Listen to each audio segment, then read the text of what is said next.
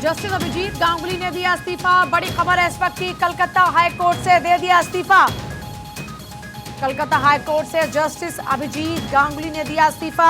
यह बड़ी खबर है इस वक्त की, कलकत्ता हाई कोर्ट से इस्तीफा दे दिया है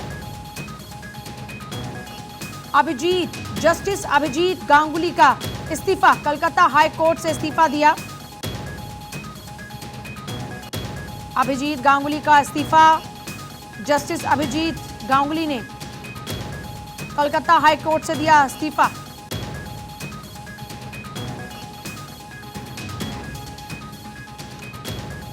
देखिए, कलकत्ता हाई कोर्ट से इस्तीफा दे दिया ही एक बड़ी खबर इस वक्त मिल रही है जस्टिस अभिजीत गांगुली को लेकर। ये एक ताजा जानकारी, कलकत्ता हाई कोर्ट से इस्तीफा दे दिया है। और देखिए, चर्चा ये है कि अब जस्टिस रहे और अब वो नेता बनेंगे। जस्टिस अभिजीत गांगुली ने दिया इस्तीफा, यह बड़ी खबर है इस वक्त की। और खबर यह है कि अब वो चुनाव लड़ सकते हैं।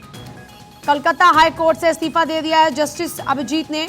और जस्टिस अभिजीत के इस्तीफे के बाद चर्चाएं ये चल रही हैं कि वो चुनाव लड़ सकते हैं।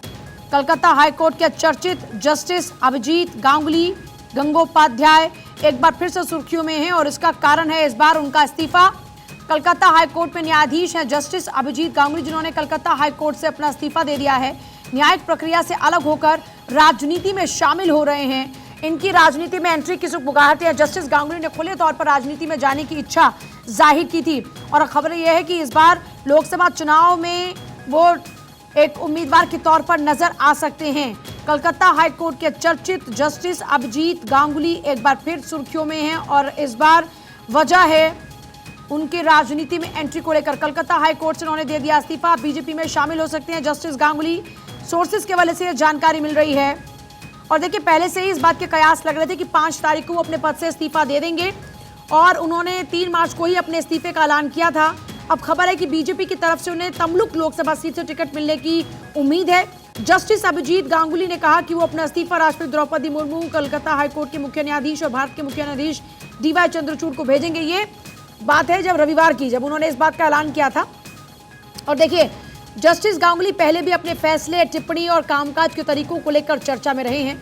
61 साल के गांगुली ने पिछले 2.5 सालों में 95 आदेश, जिनमें राज्य में चर्चित शिक्षक नियुक्ति भ्रष्टाचार की केंद्रीय एजेंसी से जांच से लेकर मनरेगा और अन्य केंद्रीय फंड में भ्रष्टाचार की CBI जांच भी शामिल है।